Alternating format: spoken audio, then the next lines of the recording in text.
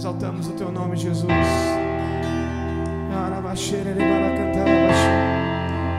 No céu apenas uma canção é cantada, uma canção que declara que Ele é santo, que Ele é santo. Anjos proclamam e adoram o Rei que é digno. Nós cantaremos apenas com essa canção, Senhor, que Tu és santo, que Tu és santo, que Tu és santo. Nos unimos ao coro celestial e declaramos: anjos proclamam Tua majestade.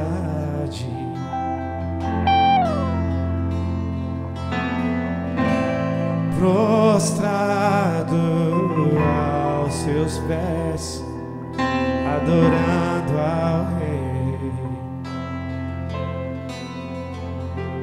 Terra e céu cantarão uma canção que subirá, declarando santo.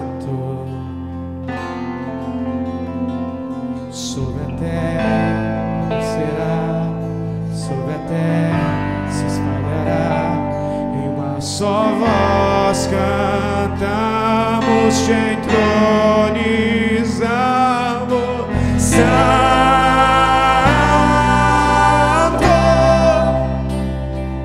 poderoso Deus eterno,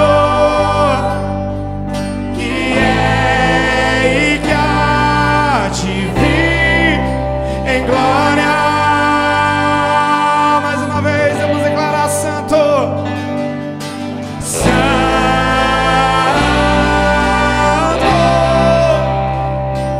poderoso Deus eterno, que é e que há de vir em glória. Terra e céu,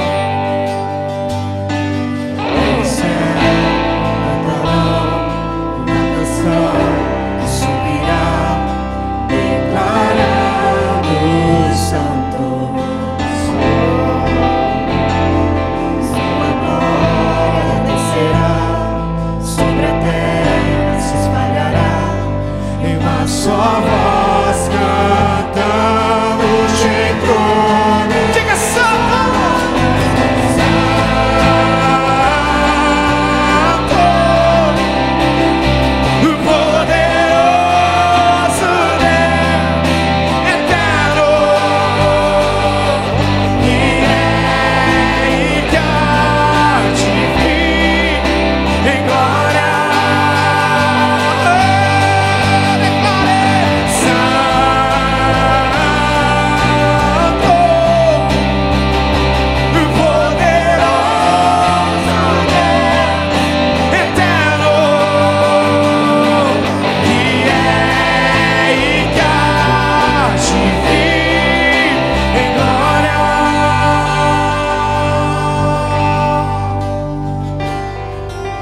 Tu és santo, Senhor. Toda a terra enche da sua glória.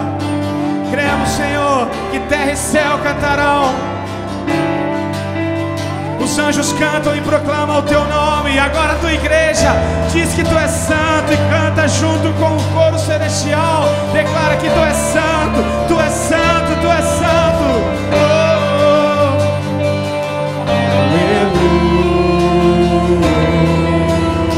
Cantamos aleluia. Aleluia. Erga sua voz e cante. Aleluia. Oh. Aleluia.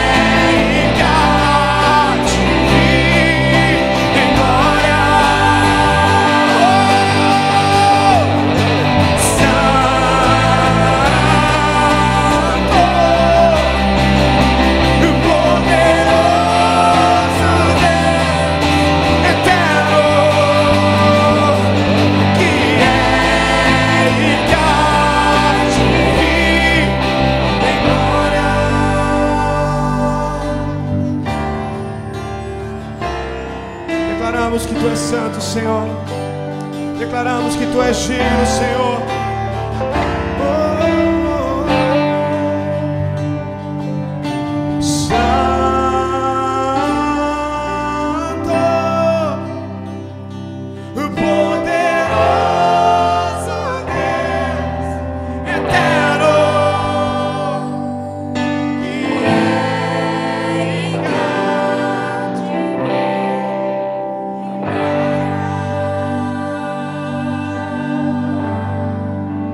Nessa noite nós colocamos o Teu nome no lugar mais alto, Senhor. Reconhecemos que Tu és incomparável, Tu és glorioso, Tu és santo, Tu és digno de toda adoração e todo louvor. Todo elogio cabe a Ti e a adoração da Tua noiva neste lugar. Nós elevamos a Ti a nossa adoração em espírito e em verdade, dizendo: Tu és digno, digno, digno. Tu és santo, santo, santo. Toda a terra se enche da Tua glória. Esse lugar se enche da Tua glória. As nossas vidas se enchem da Tua glória. A nossa casa, essa cidade, como as águas cobrem o mar. Toda a terra há de se encher do amor de Deus e da glória do Senhor. Enche as nações com a Tua glória. Em nome de Jesus. Santo, santo.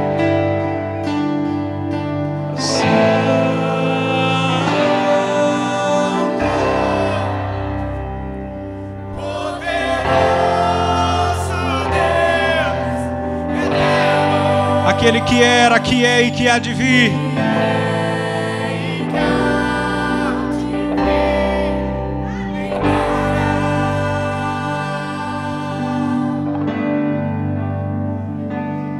Exalta Ele com as suas palmas.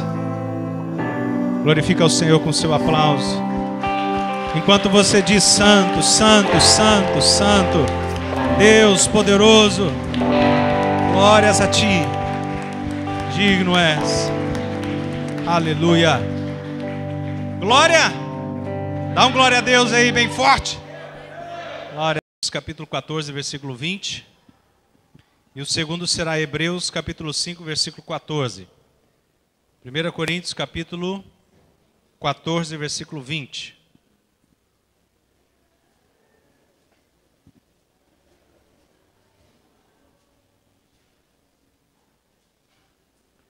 Quem já chegou e já está aqui, já está prestando atenção, diga amém. Amém.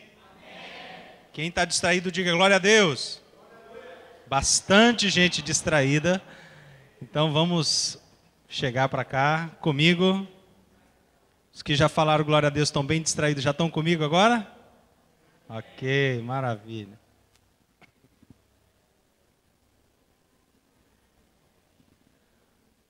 Vamos lá então. 1 Coríntios capítulo 14, versículo 20 diz: Irmãos, não sejais meninos no juízo, na malícia, sim, sede crianças. Quanto ao juízo, sede homens amadurecidos, ou adultos na NVI, ou maduros, sejam homens amadurecidos. Agora Hebreus capítulo 5, versículo 14, diz assim: Mas o alimento sólido é para os adultos, os quais pelo exercício constante, diga comigo, exercício constante, é uma prática constante para a vida toda, ou seja, pelo exercício constante, tornaram-se aptos para discernir tanto o bem quanto o mal. O tema dessa mensagem, dessa meditação então é maturidade cristã. Vamos dizer isso? Vamos orar mais uma vez. Espírito Santo, Tu és bem-vindo a nos trazer clareza a essa mensagem, a ministrar o nosso coração essas verdades e nos levar à estatura do varão perfeito, que é Cristo, que é Jesus. Leva-nos à maturidade, nós oramos, suplicamos em nome de Jesus. Amém. O alvo de Deus para nós é a maturidade cristã, e essa maturidade cristã é Cristo. A Bíblia diz que Ele é a estatura do varão perfeito. Portanto, essa mensagem de hoje será uma mensagem, sim, que vai confrontar a nossa meninice, mas também eu quero dizer para vocês que esses princípios que eu vou ensinar são aprendíveis, ou seja, você pode colocar em prática, E também não é algo que nós vamos fazer na segunda-feira e na terça-feira nós vamos esquecer. É algo que nós vamos ter que praticar a vida toda, porque a maturidade cristã, como diz aqui, é um exercício constante para uma vida toda. Então talvez você ainda esteja no estágio de uma criança que precisa ainda de leitinho espiritual, que precisa ainda que as pessoas te ensinem todas as coisas. Talvez você já está na adolescência, a fase que você fica meio rebelde. Alguns, nem todos, mas a maioria, tipo 99,99. E tem aqueles que já são mais amadurecidos, que já estão cuidando de outros, que já são pessoas que já têm o exercício da fé de muitos anos e já chegaram a uma estatura de maturidade, mas ainda não chegaram lá. Como disse Paulo, não que eu julga ter alcançado, mas uma coisa faço, prossigo para o alvo. Ou seja, nós deixamos para trás o que passou e nós vamos prosseguindo para o alvo, que é Cristo, e o alvo é a maturidade, ok? Então a infantilidade da igreja de Cristo é um problema sério que precisa ser confrontado e tratado. E essa infantilidade não é específico da nossa igreja local, é da igreja de Cristo na face da terra. Paulo teve esse problema e confrontou a meninice da igreja. Os apóstolos tiveram problemas, os pastores no decorrer dos anos, e até hoje nós temos muitas pessoas infantis, meninos na fé, que precisam caminhar para a maturidade. Amém? Então vamos entrar nessa aventura hoje, vamos entrar nesse caminho, e você vai perseverar até o dia que você fechar os olhos nessa terra e abrir na eternidade, ou quem sabe, quando Jesus nos voltar para arrebatar a sua igreja, e eu creio que está próximo, espero que todos nós estejamos prontos para esse grande dia. Então nós vamos falar agora sobre 7 características da maturidade cristã. O tema é maturidade cristã e eu vou tratar 7 características da maturidade cristã. Foi um desafio para mim hoje pregar de manhã em 1 hora. Então vou pedir para vocês que tenham paciência comigo, porque é uma mensagem muito profunda e eu tentei resumir o máximo em 1 hora. Vou tentar fazer em 55 minutos, ok? Vamos lá, tem um que fez assim, então 55, 60, 65. Vamos ver se vocês aguentam ficar comigo aí firmes. Primeira característica de maturidade cristã, obediência. Qual é a palavra? Obediência, primeiro, a Deus e respeito às autoridades por Ele constituída. Obediência a Deus e às autoridades constituídas. São os meninos que vivem na rebeldia. São as crianças que o tempo todo você precisa dizer para ela o que ela tem e o que ela não deve fazer. Na verdade, umas já estão até tão crescidinhas, mas ainda os pais estão dizendo, faça isso, não faça aquilo. Mas a pessoa madura, ela reconhece a autoridade de Deus, se submete à sua autoridade e reconhece as autoridades à sua volta e se submete às autoridades. Nós não estamos falando de ser capacho de ninguém. Nós não estamos falando em aceitar a injustiça, mas sim em honrar e respeitar toda a autoridade constituída. Amém? São maduros o bastante para entender que não estou falando de submissão de escravidão ou aceitar a injustiça ou coisa desse tipo. Mas sim, a Bíblia nos ordena a honrar toda a autoridade constituída. Vamos ver o que diz lá em Atos capítulo 13, versículo 21. Nessa primeira característica, Atos 13, 21, que é a obediência. Aqui vai falar de 2 reis, o primeiro é Saul, o primeiro rei de Israel, e o segundo é Davi. O povo de Israel, apesar de já era uma nação durante muito tempo, eles não tinham reis. Eles eram governados pelos profetas, por juízes que Deus colocava. O último deles foi Samuel, mas aí o povo falou, nós queremos um rei como todas as outras nações. E aí então, Deus levanta Saul, mas Saul tinha um grande problema, que se apresentou depois. Ele não obedecia à ordem de Deus de maneira completa. E quantos sabem que obedecer pela metade, ou obedecer 90%, ainda é desobediência? Ok? Então Deus dava uma ordem para ele e ele fazia mais ou menos o que Deus tinha mandado, mas algumas outras coisas ele desobedecia. Até o ponto que Deus falou, olha, você está fora do governo. Ainda que ele ficou mais tantos anos, ele governou por 40 anos. Deus falou, eu vou estabelecer um outro rei que vai me obedecer. Vai ser maduro o bastante para ouvir a minha ordem e obedecer. Vamos ver, Atos fala sobre isso, capítulo 13, versículo 21 a 22. Atos 13, 21 a 22. Então, eles pediram um rei a Deus. Então eles pediram um rei, e Deus lhe deparou Saul, filho de Quis, da tribo de Benjamim, e isso pelo espaço de 40 anos. E tendo tirado esse, levantou-lhes o rei Davi, do qual também, dando testemunho, disse: achei Davi, filho de Jessé, homem segundo o meu coração, que fará toda a minha vontade. Davi era maduro o bastante para obedecer e fazer toda a vontade do Senhor. É da situação de desobediência de Saul que surgiu a frase tão conhecida que nós conhecemos dentro da igreja: obedecer é melhor que sacrificar. Ele vai, exerce juízo que Deus mandou, mas ele traz sacrifício que Deus falou para ele não trazer. E ele falou: eu trouxe esse sacrifício para oferecer ao Senhor. E Samuel fala: pois Deus prefere a obediência, porque é melhor obedecer do que sacrificar. Então ele estabelece Davi, que é uma pessoa que vai obedecer a ordem do Senhor. Então a primeira característica de uma pessoa madura é a obediência às autoridades. Veja o que diz lá em 1 Pedro 2,13. 1 Pedro 2,13 a 17 diz assim: por causa do Senhor. Por causa de quem?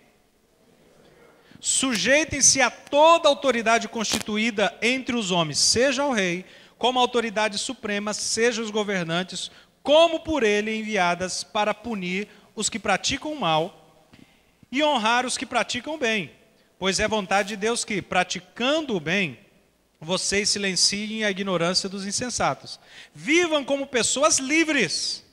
Vivam como pessoas livres. Mas não usem da liberdade como desculpa para fazer o mal. Vivam como servos de Deus, livres, porém servos de Deus. Tratem todos com devido respeito.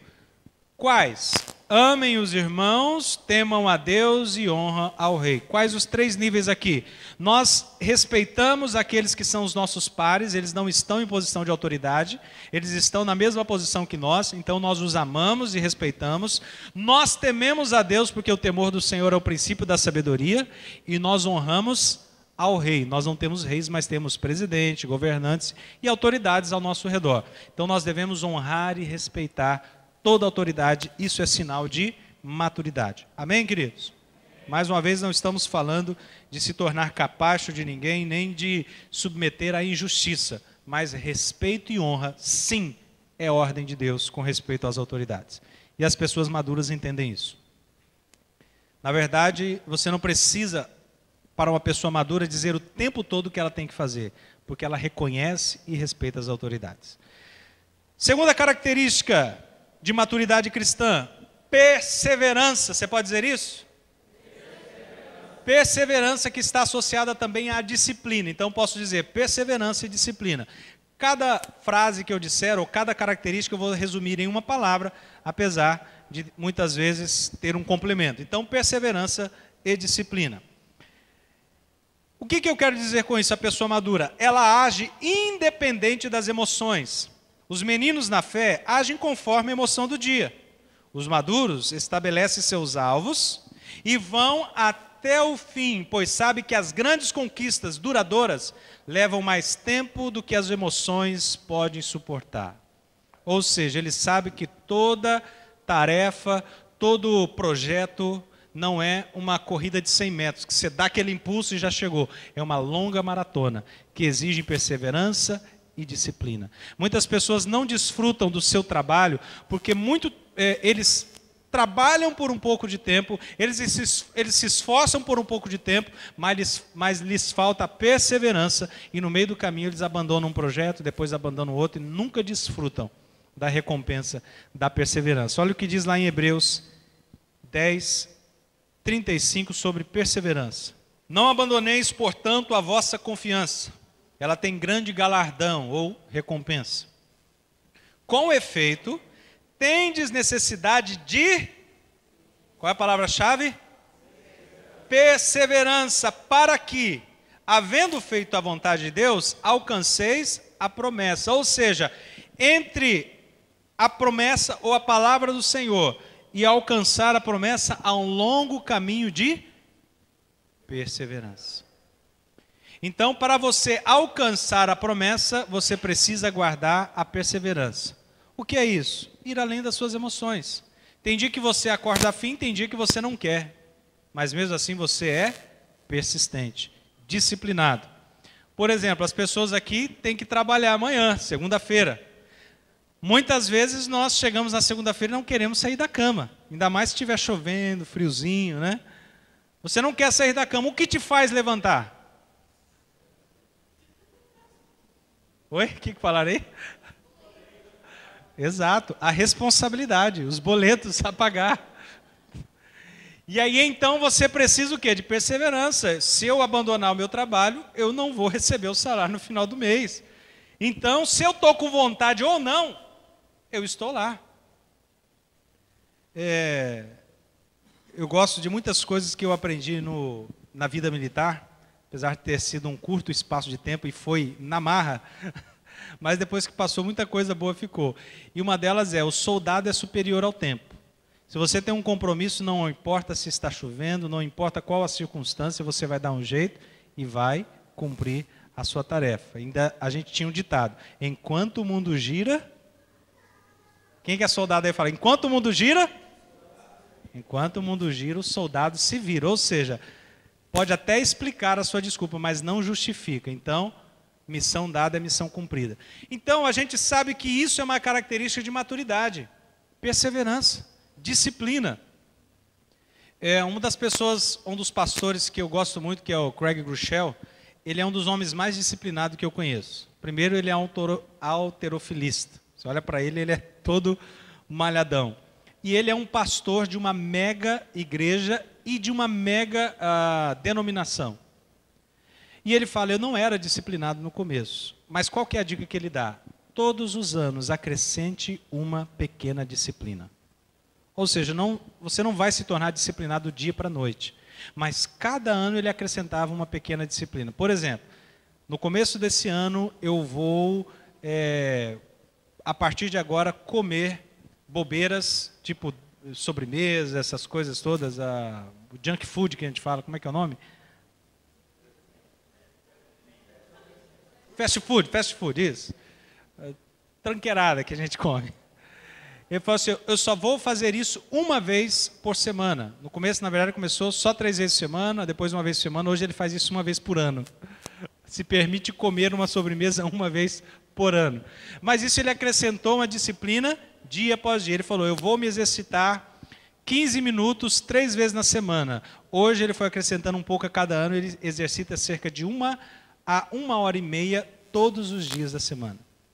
Então, você não vai se tornar uma pessoa disciplinada do dia para a noite, mas você pode, cada ano, naquele desafio que você faz da virada de ano, esse ano eu vou fazer, e faz um monte de coisa. Não, acrescente uma pequena disciplina em algumas áreas da sua vida e fique firme nela. No outro ano, mais uma. E aí você vai crescer na maturidade de disciplina e perseverança. Okay?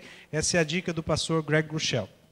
Bom, falando em perseverança, eu sou uma pessoa que gosta muito de ler biografia, de ouvir entrevistas de pessoas que tiveram sucesso em alguma área da sua vida. Amo biografia, já vi várias biografias, gosto das histórias bíblicas de biografia, amo a história, por exemplo, de José do Egito.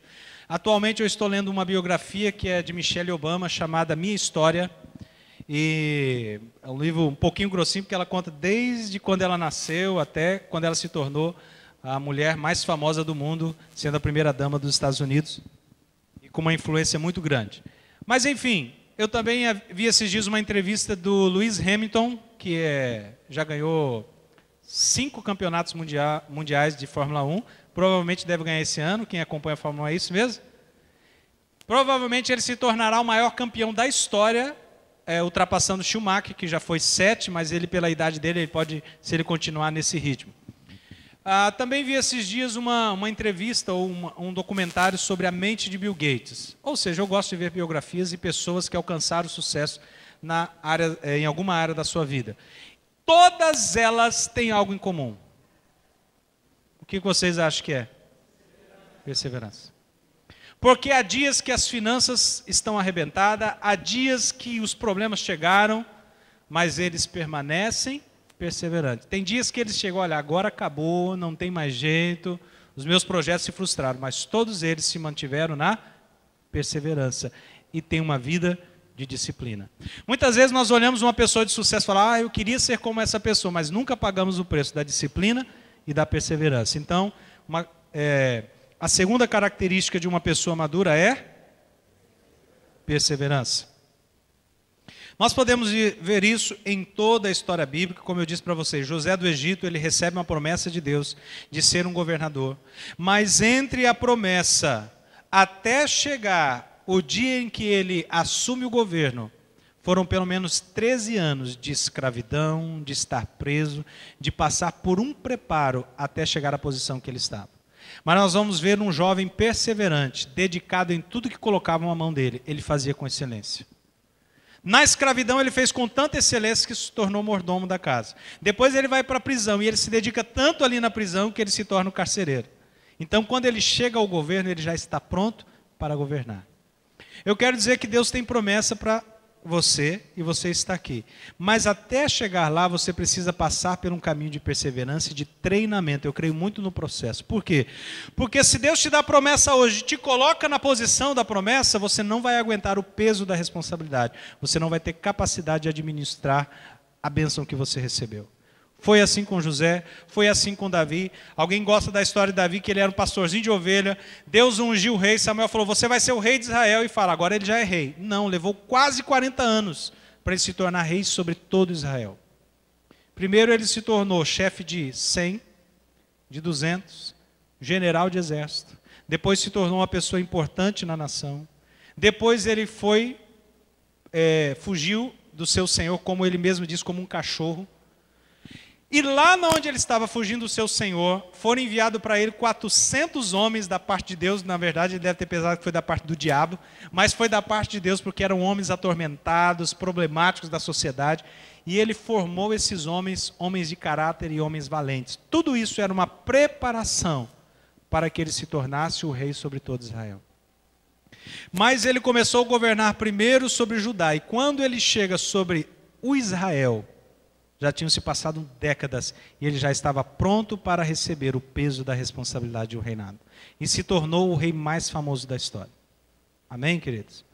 Então, entre a promessa e o cumprimento da promessa, há um caminho de perseverança. Eu estou me detendo mais um pouco nesses 3 primeiros, agora vem o próximo, que são realmente um pouco mais demorados e profundos. Mas depois eu prometo ser mais sucinto. Terceira característica de um cristão maduro, responsabilidade. Fala aí para o irmão que está ao seu lado, responsabilidade.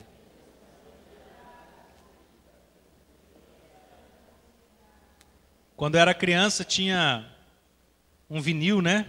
Que vocês conhecem, hoje está voltando em alta, mas só se conhecia nos museus.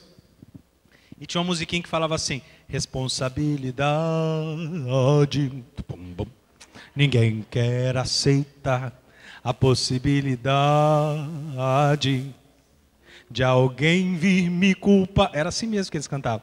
Adão disse que a culpa foi dela, Eva disse que a cobra enganou, a cobra escondeu-se no mato, parece que ninguém pecou. O que fala? Ninguém quer responsabilidade, né? O culpado é fulano de tal. Deus, isso, tio Bar. Deus fala, Adão, você comeu da árvore que eu mandei você não comer? A mulher que tu me deste, culpou a mulher e Deus me deu do fruto.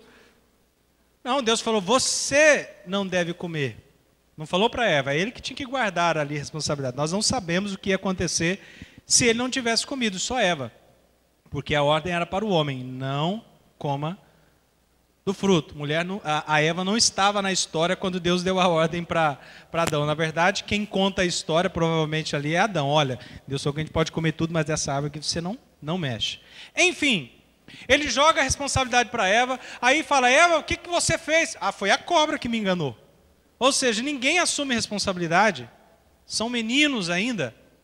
Por quê? Porque a assumir responsabilidade dos seus atos, assumir responsabilidade das suas atitudes, é uma característica de maturidade. Por quê? Os imaturos procuram alguém para acusar. Quando ele é confrontado do seu erro, o que ele faz? Procura um culpado.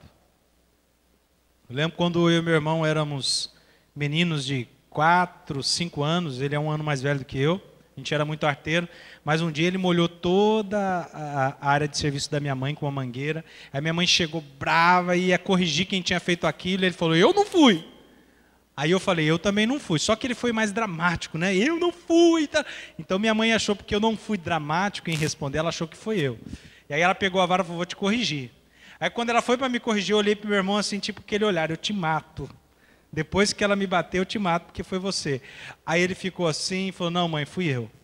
Mas a primeira tendência dele foi, eu não fiz, deixa eu achar um culpado, né? Essa é a tendência da pessoa imatura, mas os maduros assumem a responsabilidade dos seus erros. Veja aí o que diz 2 Samuel, capítulo 24. Falando de Davi, que era um homem maduro em assumir responsabilidades.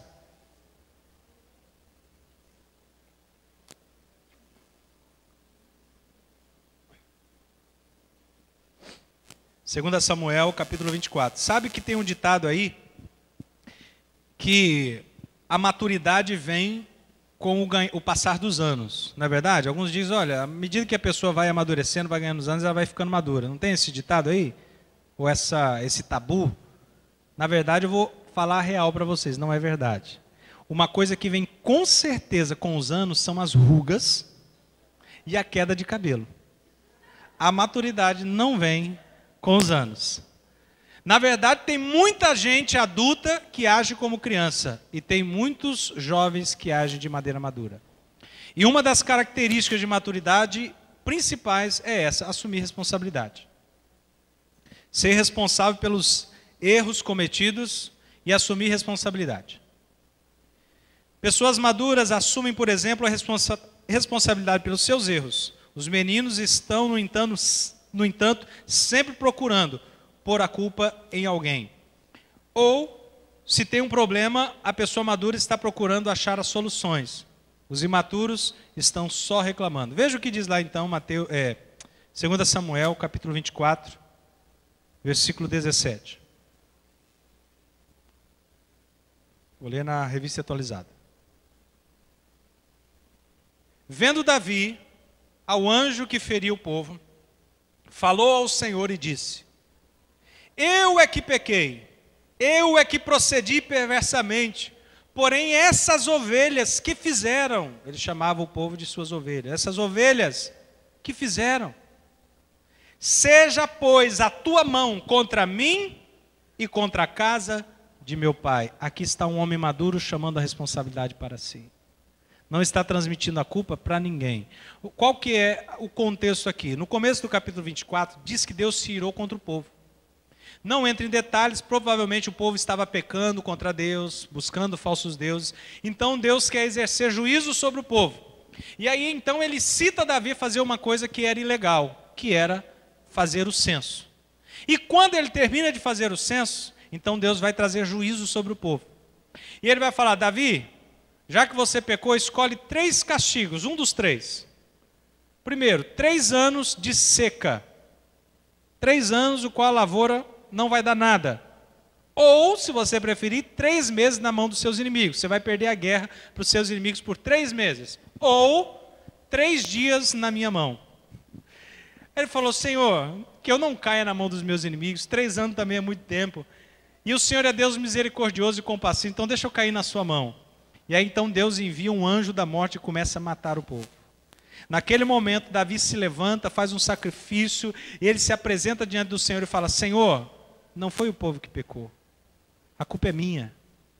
Cai a tua disciplina sobre mim e sobre a minha casa. Isso é uma pessoa madura. Chama a responsabilidade para si.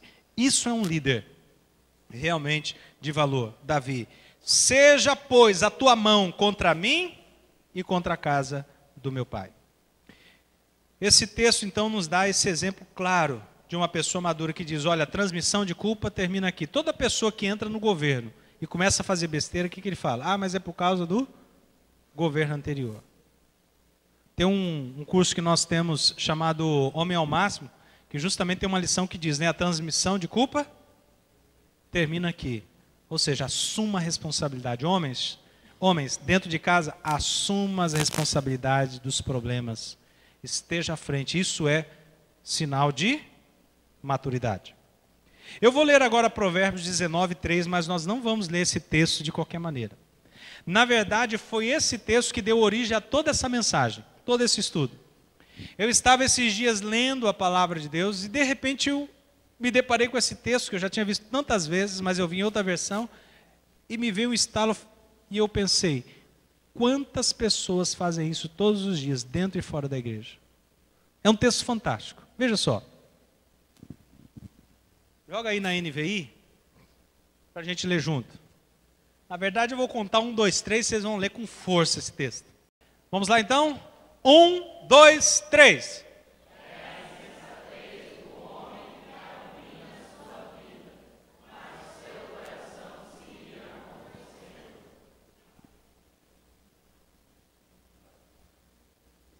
Que texto. As pessoas fazem isso todos os dias. Deus, por que o Senhor permitiu isso? Olha a dificuldade financeira que eu estou passando fome. Aí você pega a fatura do cartão de crédito da pessoa. Aí você fala, e essa fatura do cartão de crédito? Ah, eu não fiz essa compra não, foi o diabo que pegou meu cartão. E essa fatura, quando eu abri, eu olhei para ela e falei, essa fatura veio para roubar, matar e destruir. É do inferno. As pessoas tomam todo tipo de má decisões financeiras e entram em problema financeiro, mas no final ela põe a culpa, pode deixar o texto aí. Ela põe a culpa em quem? Pode deixar. É a insensatez do homem que é ruim na sua vida, mas o seu coração se ira contra Deus. Vou ler na linguagem de hoje, pode deixar essa versão aí. A falta de juízo é que faz a pessoa cair na desgraça. No entanto, ela põe a culpa em Deus, o Senhor. Deus.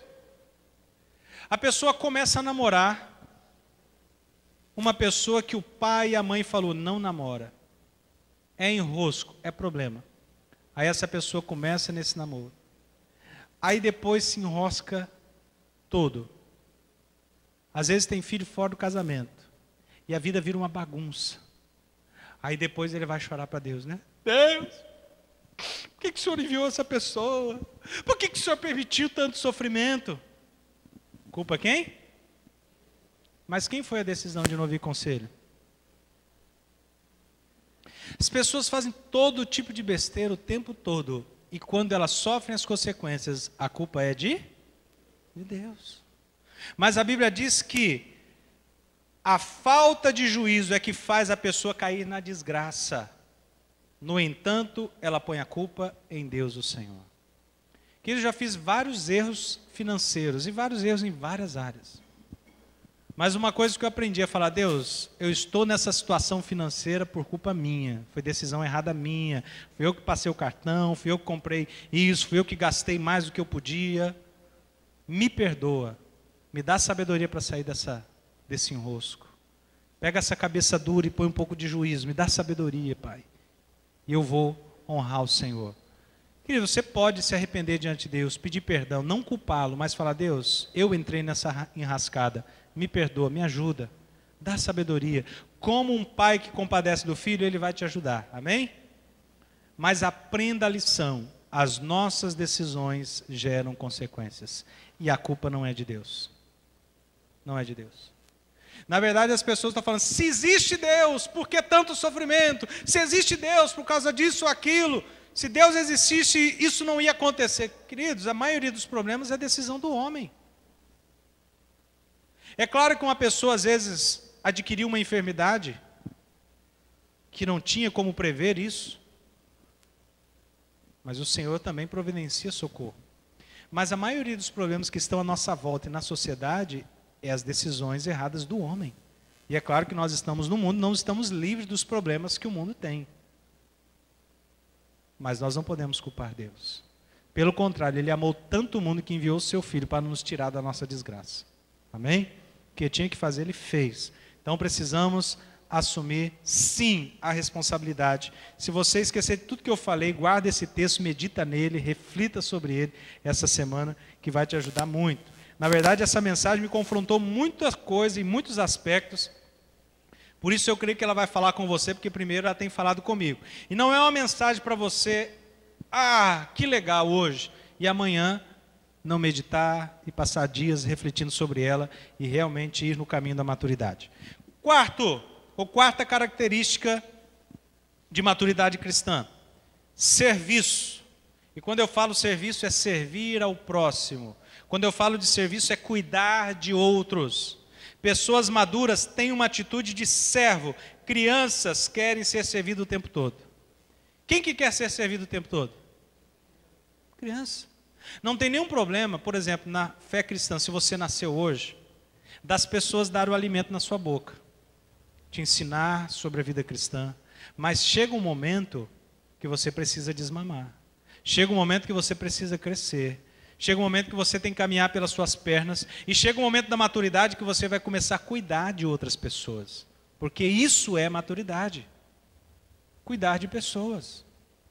A Bíblia fala o quê? Depois que nós estamos maduros, nós vamos o quê? Fazer discípulos de Jesus e ensiná-los aquilo que nós aprendemos. Tem gente que passa 10, 20 anos dentro da igreja e ele só quer receber comidinha na boquinha. Mas nunca se dispôs a cuidar de ninguém, a ensinar ninguém, a levá-lo a crescer na fé cristã. Isso é meninice. Isso é meninice.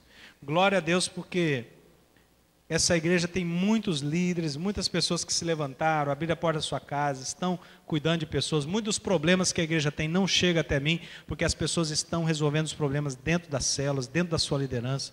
Eu lembro quando eu cheguei aqui, eu fazia tudo, era igual o dono de circo pequeno, né? Que vende o ingresso, recepciona a pessoa, está lá fazendo o papel do palhaço, vende pipoca no intervalo. Era eu, né? Fazia faxina, cantava, tocava, pregava, tudo. Cuidava das finanças, tudo que diz respeito à igreja. Hoje, já tem, e eu fico feliz por isso, já tem um ano que eu estou de banco, não toco nem canto. Porque tem equipes, tem pessoas que estão trabalhando. Tem muitos problemas que ficam na célula, porque as pessoas estão resolvendo, estão cuidando de pessoas, estão orando. Por quê? Porque entenderam que a maturidade cristã é servir. Servir. Veja aí então, Lucas capítulo 22, versículo 24, o que Jesus fala.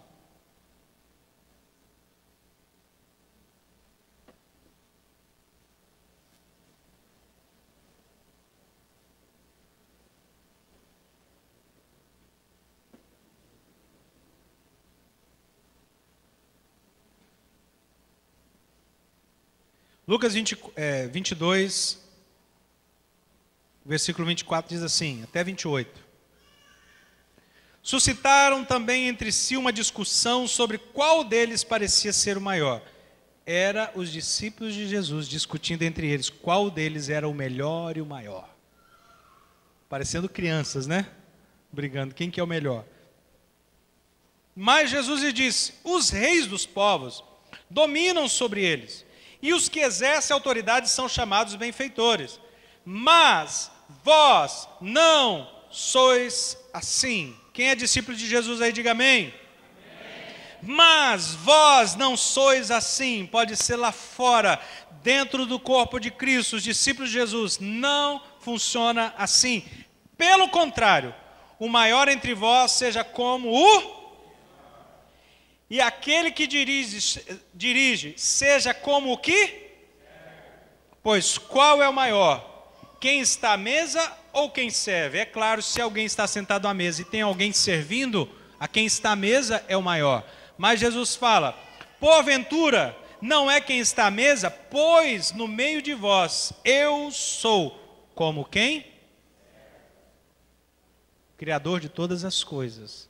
O Senhor Todo-Poderoso, que nós cantamos aqui, estava servindo, lavando os pés, entregando a sua vida.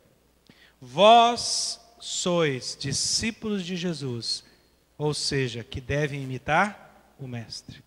Por que nós servimos? Não é para as pessoas nos observarem. Por que nós lideramos? Por que nós cuidamos de pessoas? Porque nós somos discípulos de Jesus, e como discípulos de Jesus, nós imitamos Jesus. E Jesus era servo. Servo. Então você quer ver um crente maduro? Está pronto para servir. Os infantis só querem ser servidos. Eu não gostei desse programa, não atendeu bem a minha necessidade. O que você pode fazer para ajudar então? Para melhorar? Eu não gostei disso ou daquilo. O que você está fazendo para ajudar? Porque se você está vendo o problema, provavelmente você pode ser parte da solução. Crianças. Quem aqui tem crianças abaixo de 5 anos? Deixa eu ver. Imagina você, mamãe, chega em casa cansada. Passou o dia trabalhando, ralando. Foi buscar a criança agora na escola. Lavou roupa, fez comida. Está exausto. Foi um dia difícil. Aí o filhinho chega, você fala, hoje eu trabalhei tanto. Aí ele olha para você e fala, verdade, mamãe, você ralou tanto hoje. Pode deixar que eu vou fazer minha comidinha, eu faço o meu mamar. Pode deixar que eu vou ajeitar minhas coisas aqui. O que a senhora quer? Senta ali, vou levar uma aguinha para a senhora. Criança faz isso? Cadê o meu mamar? Cadê minha comida? Por que não fez a comida que eu gosto? Por que fez essa? Eu não quero.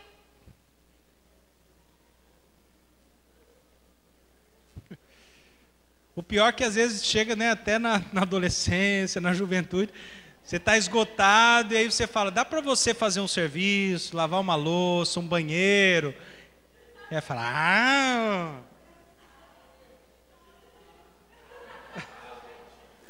pode falar, fala Deus.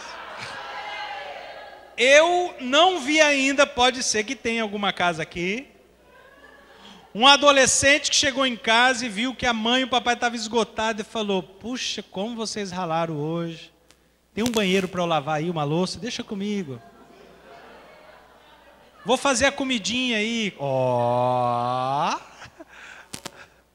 Coisa linda. Não, estou falando que tem. É raro, mas tem. São aqueles mais maduros, né? Por quê? As crianças querem ser servidas, não importa se as pessoas estão se matando à sua volta. Elas estão preocupadas com a sua necessidade de ser suprida. Mas as pessoas maduras são aquelas que estão servindo, estão cuidando, estão fazendo as coisas. Isso é sinal de maturidade. Vamos para o quinto, que tem muito o que falar ainda e pouco tempo. Quinta característica de uma pessoa madura: cuidado com as palavras. Cuidado com as palavras. Pode repetir? Pessoas maduras sabem o poder e a importância das suas palavras e elas cuidam o que falam. Queridos, não tem como eu esgotar em um tópico essa verdade. Eu já preguei uma mensagem só sobre o poder da palavra. Já peguei vários textos como o poder da vida e da morte está na palavra. E as pessoas maduras, elas sabem que elas têm que cuidar com o que elas falam. Vamos ler Tiago e eu vou dar um exemplo para vocês. Tiago capítulo 3, versículo 2. Vou ler na nova linguagem, nova tradução da linguagem de hoje. Tiago capítulo 3, versículo 2.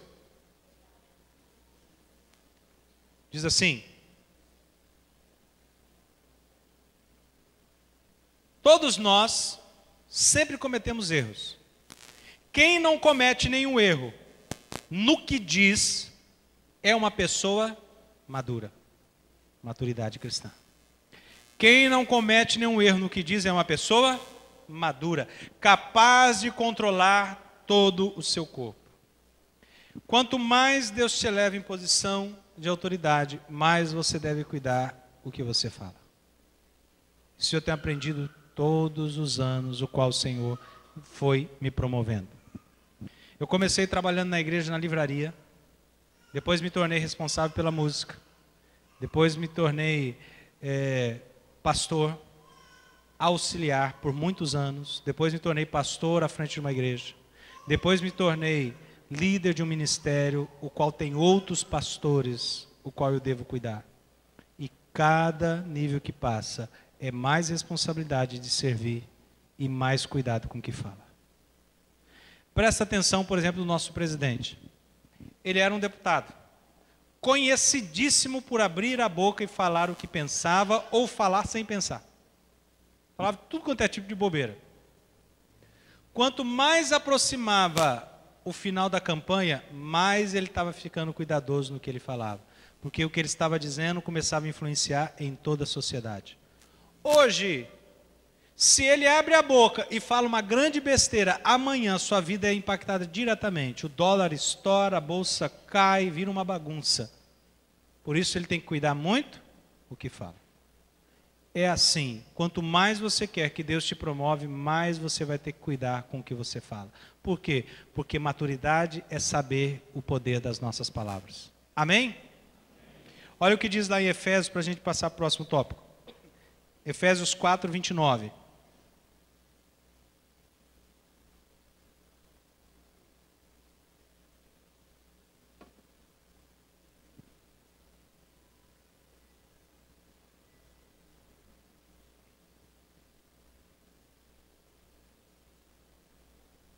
Efésios capítulo 4, versículo 29 diz assim: não saia da vossa boca nenhuma palavra torpe.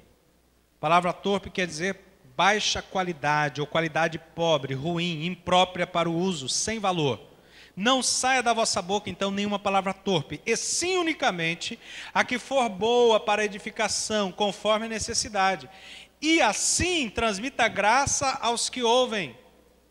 Esse é o nosso alvo. Nós falhamos muito com o nosso modo de falar. Eu falho, você falha, mas deve ser um alvo todo final de ano, olhar para trás e falar, eu estou melhor na maneira com que eu falo.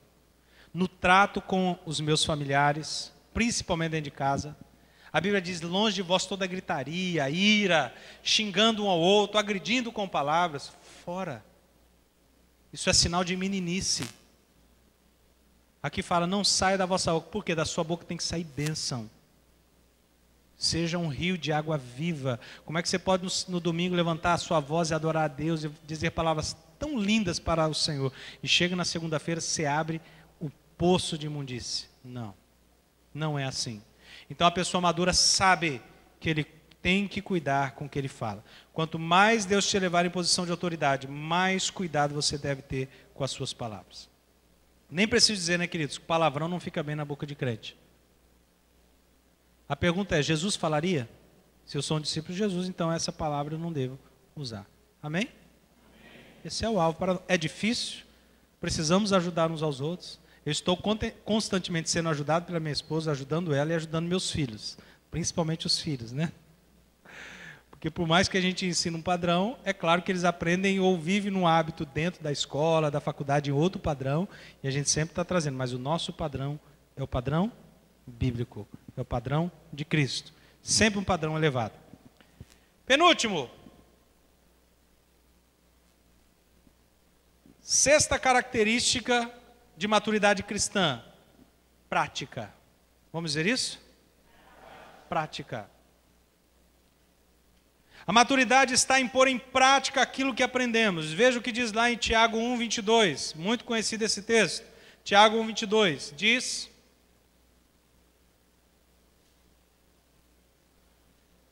Diz assim, tornai-vos, pois, praticantes da palavra, e não somente ouvintes, enganando-vos a vós mesmos.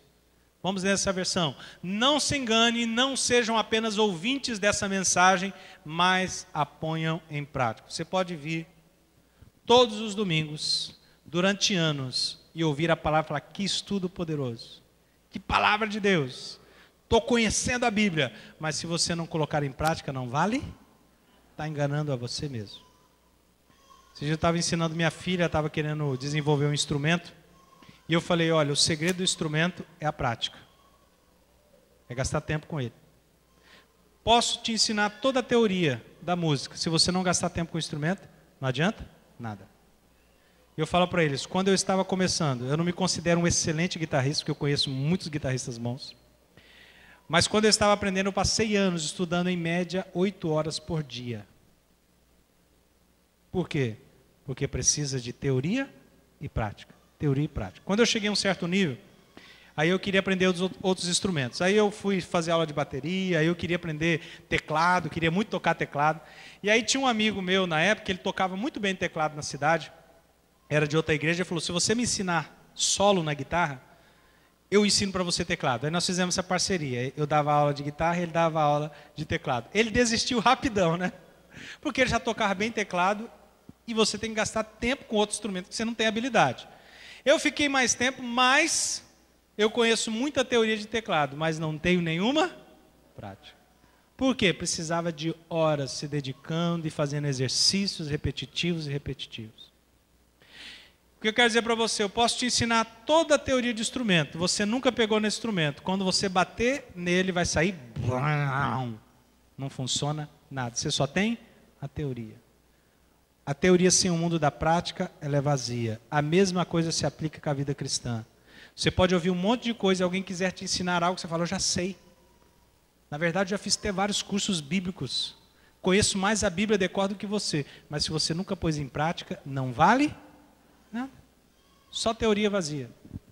Então, uma das características da vida cristã madura é a prática. Como nós vimos no primeiro texto, pelo exercício constante. É uma prática constante todos os dias e não é uma corrida de 100 metros, é uma maratona para a vida toda. Até o dia de Cristo Jesus. É um exercício constante. Fala para o seu irmão, é um exercício constante. O pessoal não gosta de falar um com o outro quando está no culto, mas pastor ama mandar fazer isso, né?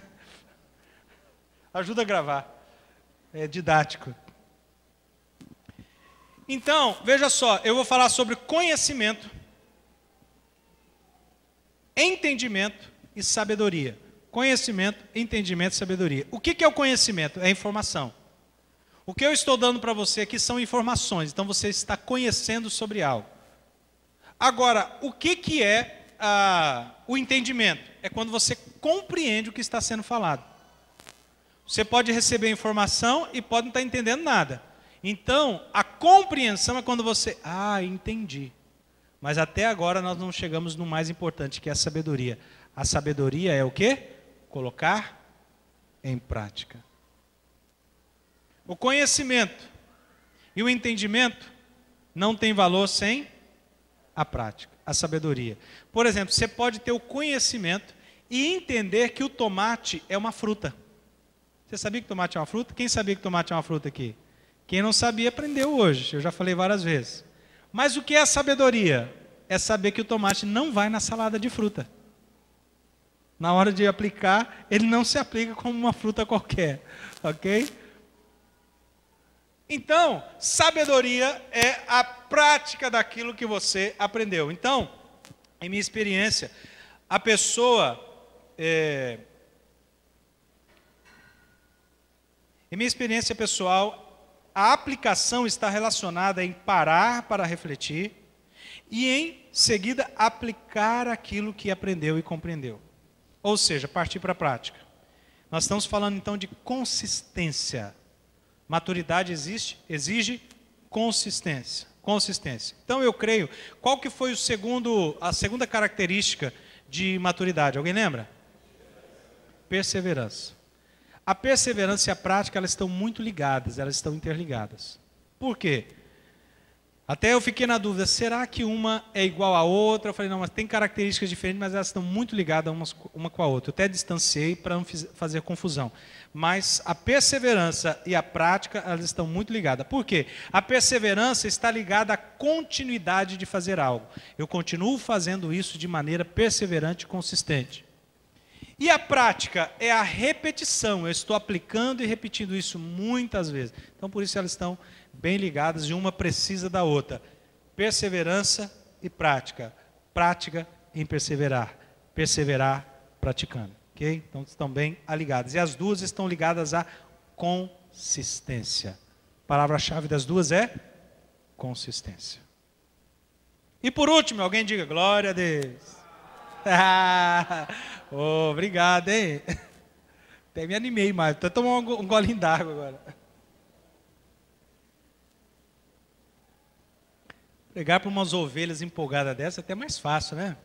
Confesso para vocês que estava me sentindo bastante esgotado, cansado. Falei, eu acho que hoje eu vou pregar, vou colocar aquele banco aqui. Mas vocês estavam tão animados que até eu me animei mais, né? Saí fortalecido. Vamos lá. A última e talvez a que liga tudo isso com a maturidade cristã é a profundidade no relacionamento com Deus. A palavra-chave então é, do último aqui, profundidade. Tem muitas pessoas que vivem na superfície, mas nunca se aprofundaram no relacionamento com Deus e com a sua palavra. E está ligado essa profundidade no amor a Deus, a sua palavra e no amor ao próximo. A maturidade da minha intimidade com Deus vai refletir no meu amor ao próximo. Porque a Bíblia fala o seguinte: não tem como eu amar a Deus a quem eu não vejo, se eu não amo ao meu próximo a quem eu vejo. Então, se você odeia o seu irmão, se você não ama o seu irmão, você precisa rever os seus conceitos. Porque a Bíblia diz que quem não ama o seu irmão não ama a Deus. Amém? Então quero falar rapidamente sobre esse conceito de profundidade no relacionamento com Deus. A maturidade cristã tem a ver com a profundidade. Profundidade em ter, em ver. Profundidade tem a ver com decisão de ir além da superfície, num exercício constante de amor a Deus, amor pela sua palavra e amor ao próximo. Queridos, tem pessoas que passam 10 anos na igreja, mas nunca leram a Bíblia de capa a capa. Quantos querem conhecer a Deus? Deixa eu ver. Levanta a mão aí. Se você está aqui é porque você quer conhecer a Deus. Não tem como conhecer a Deus e não conhecer a sua palavra, porque Deus e a sua palavra é a mesma coisa. Então, se você quer ouvir Deus falar com você, você precisa abrir essa Bíblia e ir além da caixinha de promessa. Apesar de eu não ter muito contra a caixinha de promessa, mas você precisa ser um cristão mais profundo que isso, de que, hoje eu vou ver qual é o texto que Deus quer falar comigo. Aí vai na caixinha de promessa, pega um versículo, nesse versículo eu vou meditar o dia todo e pronto. E aí nós temos dentro das igrejas muitos crentes infantis, muitas pessoas que são enganadas por falsos líderes, porque não tem profundidade na palavra. Queridos, há um tempo atrás eu fiquei irado, eu não costumo ficar irado não, mas eu fiquei aborrecido, irado com um pastor, ele falando uma grande besteira da Bíblia, ou falando em rede nacional. Ele estava num programa de televisão, ele começou a falar uma grande besteira, eu falei, não acredito que esse cara está falando isso. E o pior, que centenas e milhares de pessoas ouvem o que ele está falando e o seguem. E aí depois elas são enganadas, elas são extorquidas, e aí elas reclamam e colocam a culpa em Deus. Eu nunca mais vou na igreja, o pastor é tudo isso. Mas não tem profundidade nenhuma da Bíblia, ouve os maiores absurdos, acredita e depois põe culpa em Deus. Vou falar para vocês o absurdo. Está certo, está sendo filmado e vocês vão associar com quem eu estava falando, mas foi um absurdo. Quase meti o pé na TV, eu falei, cala sua boca. O cara pegou um texto de quando estava sendo inaugurado o Templo de Salomão. E aí Deus falou para aquele tempo que os meus olhos estão voltados para esse templo, para a oração que se fizer nesse lugar. Aí esse pastor infeliz pegou esse texto e apontou e falou assim, esse templo que nós construímos é esse templo aqui. Está na Bíblia. E os olhos de Deus estão voltados para esse lugar. E aí sabe o que aconteceu? Caravanas do Brasil inteiro têm feito caravana para ir nesse templo, porque esse é o templo que Deus está com os olhos voltados.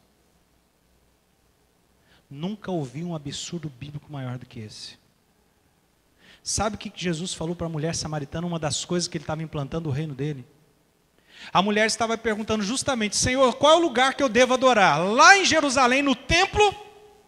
Ou nesse monte que o meu povo adora? Deus falou, não é nem nesse templo, nem em Jerusalém, porque está chegando a hora, já chegou na verdade, em que os verdadeiros adoradores adorarão ao Pai em espírito e em verdade.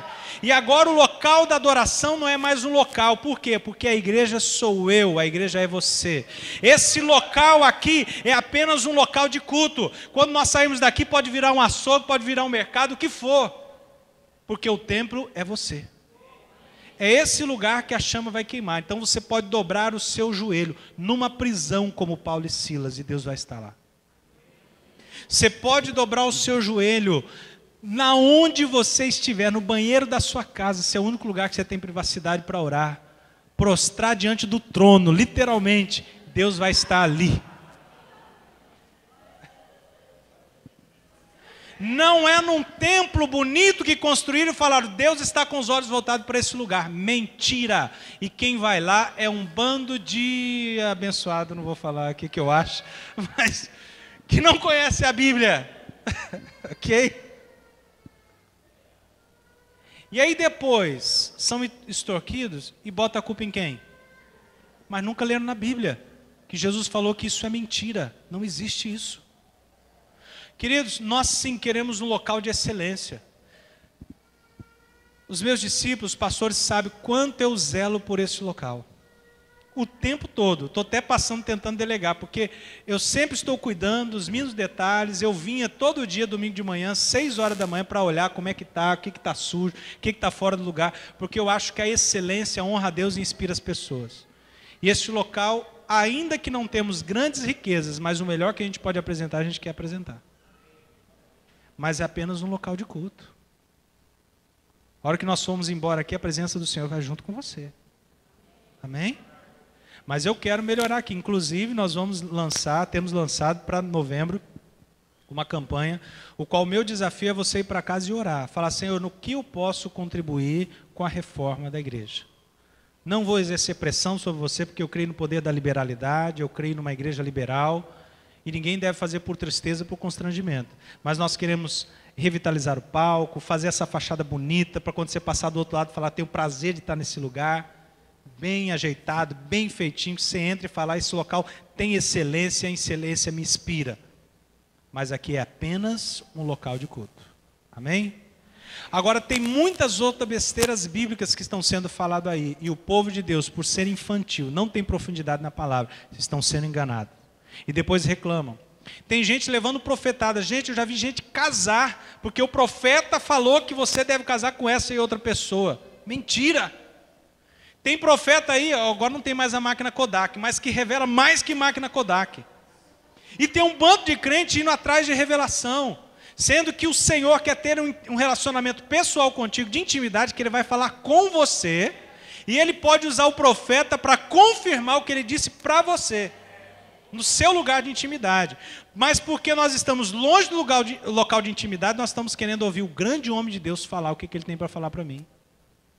Mas a maturidade de cristã nos leva para o local de intimidade com Deus, onde você vai receber as revelações de Deus.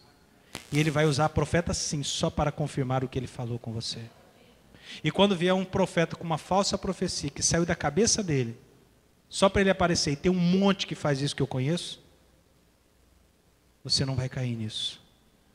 Você vai entrar para um ouvido e sair por outro. Já recebi muitas profecias. Entrou no ouvido e saiu para o outro.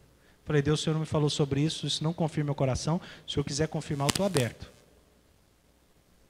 Mas até então, se o Senhor não confirmar, entrou para um ouvido e saiu por outro. Maturidade.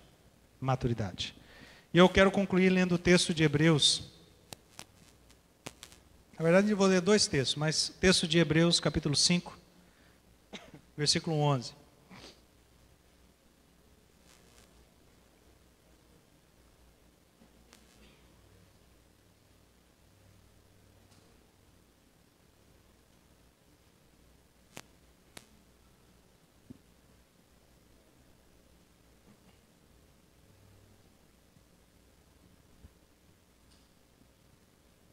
Hebreus 5, 11 a 14 diz assim: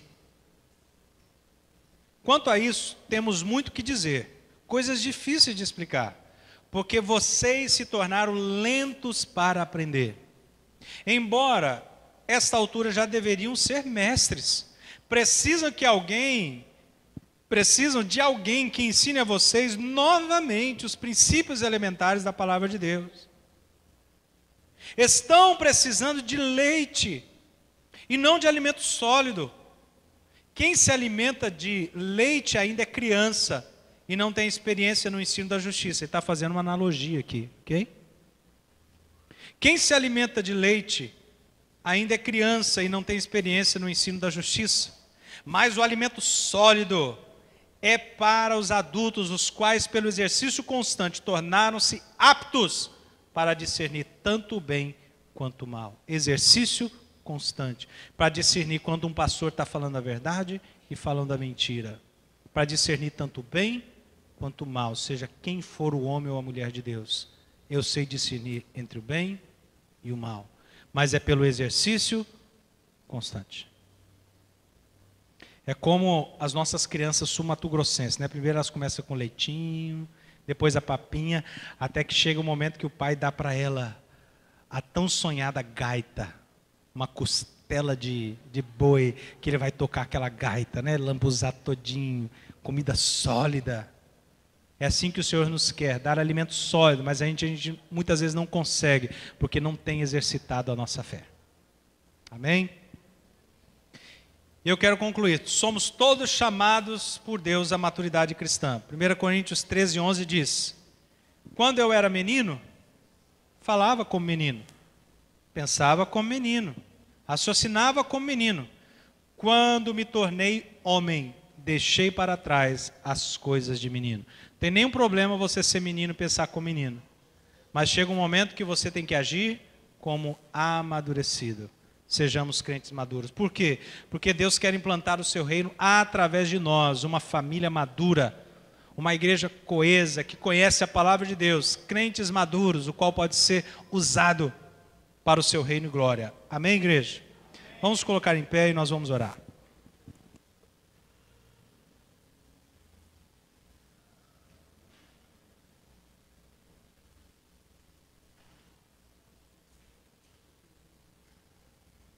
Pai, nós te agradecemos por esse tempo de confronto, de realmente o Teu Espírito Santo nos confrontar e querer nos levar à maturidade cristã.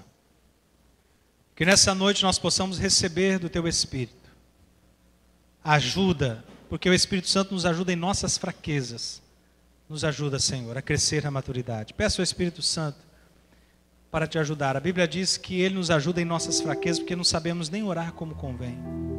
O Espírito Santo nos ajuda a tomar decisões certas, a agirmos em direção à maturidade cristã. Tira do nosso coração toda a meninice, toda a pequenez e leva-nos a crescer na fé, Senhor. Em nome de Jesus. Espírito Santo, venha nessa noite renovar a fé, a esperança, a força, o ânimo dos teus filhos, para buscar o Senhor, a intimidade contigo, para servir ao próximo, para fazer discípulos, para que naquele grande dia, quando o Senhor virá buscar a sua noiva, e quando nós vamos encontrar contigo nos ares, nós estejamos prontos com as nossas mãos cheias de frutos de justiça. Nos levanta, Senhor, em nome de Jesus, em nome de Jesus.